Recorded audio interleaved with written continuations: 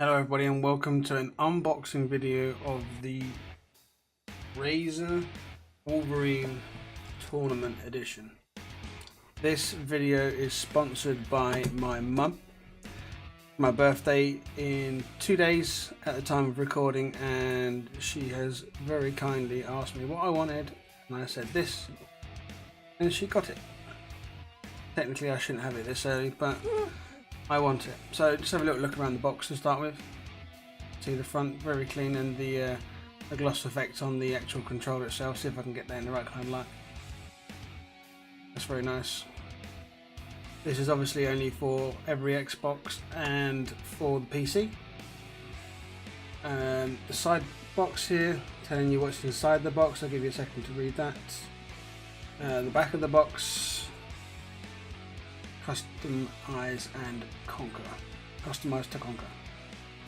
We'll get into all this kind of information later on in the video. And the other side, telling you a bit more about the control.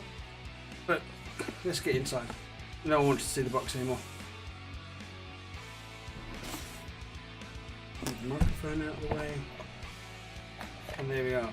Very nice padded box. Let the controller off to one side for the moment. Very nice foam, all squishy and beautiful. The controller was not going to be damaged at all. There is a compartment down here. It says "Welcome to the Cult of Razer." So what's inside here? And that looks like is everything. So I'll move the box off to one side. And we have a little message from Razer. Congratulations, there's no turning back. Hopefully that'll focus enough for you guys to take a look and read. Maybe, I don't think so. Anyways, yeah, there's some stuff on there. If you want to know what it says, then let me know in the comments and I'll copy and paste it. Now, there is the power cable, because unfortunately this controller is not a wireless controller. It is wired only. Input lag and all that kind of good stuff is reduced, but you do get a hefty load of cable here. Let me just tilt the webcam up and give you some kind of idea of how long it is. So I am 6'2", and it goes from my head to the floor, and whoops. From my head to the floor and halfway back up again. So good long distance on that cable, and which just took me by surprise. It has a certain connector. Now the controller. There is Razer logo in the middle there.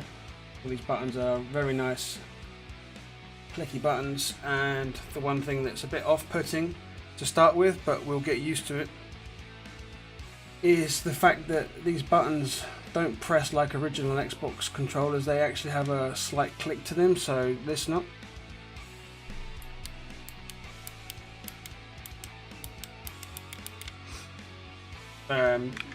Much more mechanical feel, and I quite like that. On top of the controller we have obviously the RB and LB, right trigger, left trigger, hair locks on the back, and then lock them off again, so you can fire that shot. So this is the kind of travel that we're looking at. Very minuscule. And with it off, just to get an idea of how it looks like before and after. There's much more travel on that there. Buttons, 2 extra ones on top, and the paddles underneath. Now at first glance I thought these buttons were pressable this way, but in fact they have to be pressed down, which can take people off guard, because you can't activate the button by pressing sideways. You have to press down, which means you can't really use your middle finger unless you want to stretch it down. That's a downside, I suppose, but I mean, you get used to that. I'm going to plug it all in. Okay, it's worth mentioning that the connector in there is a USB or micro USB, but it has a very particular fitting, which is quite annoying because I don't think you can use any standard one of these. I could be wrong, please let me know in the comments if I am, but I've read online that it's very specific. So let's plug this into it, and the Xbox is already on, so see what happens. Well, immediately buzzes, and we have lights currently set to pink. I'm going to take you through the settings now, so bear with me and I will come back in a second. Okay, so this specific control, along with its big brother, the Ultimate, they have their own app known as Razer Synapse. I think I pronounced that correctly. So in the Xbox store, if you go ahead and press Razer, type Razer, and we get this app. Now let's launch the app, shall we? Okay, we are going into the app, and with any luck, a profile I created earlier is right there. So for Fortnite, I obviously want my back paddle to be jump. There's preference as to whatever you want, but this is how I do things. So you want the back paddles to jump and the top buttons to edit and reload your weapon, so I can firmly keep my thumbs on thumbsticks. That is the purpose behind any of these controls. The Elite, the Scuffs, and these, I'm sure there's an array of others, but that's the purpose behind these controls, and this is exceptionally light in comparison to the Xbox One Elite I had before. So let's have a look into the settings and see what we can actually do. So let's select the Fortnite one I've created, and we'll edit it. So we can assign buttons. The only buttons that let you assign is the M1, 2, 3 and 4. I'm not going to clear them because I'm quite happy with this at the minute. The lighting, there's different styles of lighting, including immersive, reactive, spectrum cycling, static and wave. So just for the purpose of this video, and by the way, pink is not just for women. I love pink, but I've also gone with red, so it's not just going to be pink, pink, pink. It will flush for me between both of them, or breathe. But I'm going to go with, let's go with spectrum cycling, and we will leave the brightness on 10 so we can see what's going on. Press done, and having a look at the controller, it is going, keep that there, hopefully it'll focus. I don't want it to focus on the background, I want it to focus on the control. You can see that it's going between all the colours available on the RGB spectrum. So let's just do one more. So lighting, let's do reactive this time.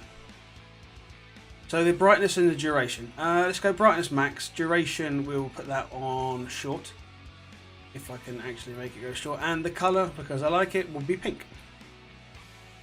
Now looking at the controller, let's just make it so go to done, and we'll see what it actually does.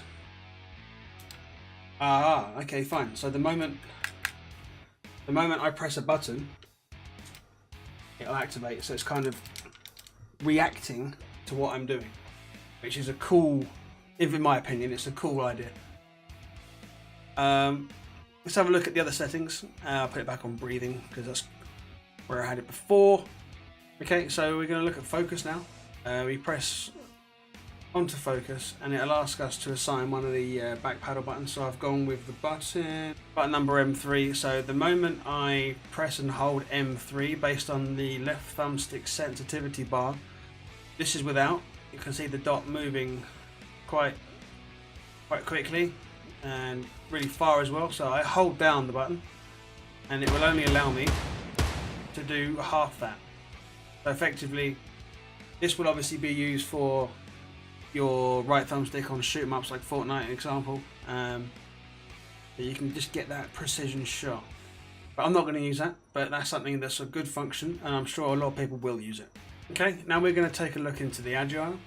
And what the Agile does is the complete opposite. So you can see that I'm pushing my left thumbstick to the top right hand corner of this box, but by holding down the button that I've selected will make it move quicker. So effectively I can make my action faster. So for what examples can I think of this? As an example, I've just thought about one. It's taken me a little while actually. Turning on people. So you see someone's behind you, assuming that you've got this agile function on your right thumbstick. You press down your button and you will spin, so effectively increasing your sensitivity while the button is held down. So you can spin around and then you can use your other button, I'm assuming, to use focus, in which case you'll spin faster and then you'll aim slower. So that is a very good function. Props to Razer for that idea. And the last function is the vibration. I don't know what I really fancy at the moment. I'm leaving them on max for now because I haven't really noticed an issue for me, but for most people, I'm assuming they'd turn their rumble motors off for battery saving purposes. But as this is permanently plugged in, I don't think it will cause much of an issue.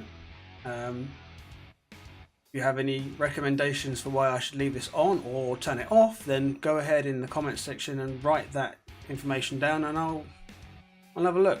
I may make a video on it sometime in the future. Okay, so this will conclude the unboxing video and the Synapse app usage and what the app does. I highly recommend this controller. There's no sponsoring involved, obviously. I said to my mum, but it was a birthday present and I love her dearly, so thanks mum. Hopefully you'll end up seeing this video. But yeah, overall opinion of this controller, it's obviously very light. There are buttons in places that shouldn't be there. Like, I know that everyone's used the buttons at the back, right? We can all appreciate that. But what we don't appreciate is how easier, or it could be easier, we could just have... sorry, microphone, I just smack you. Got your right thumb trigger there, and it's just a quick press away, literally like that, and you can do both functions at once. So getting used to that's going to be the trickiest part for me, but if any of you have this controller and you've got some presets you want me to try for Fortnite, PUBG, anything like that, let me know in the comment section, and go ahead and subscribe. I will make videos as and when I can, more often than not at the moment, because I got a lot of time off during the week. So anyway guys, I love you, thanks for the support so far, and I'll talk to you soon. Goodbye.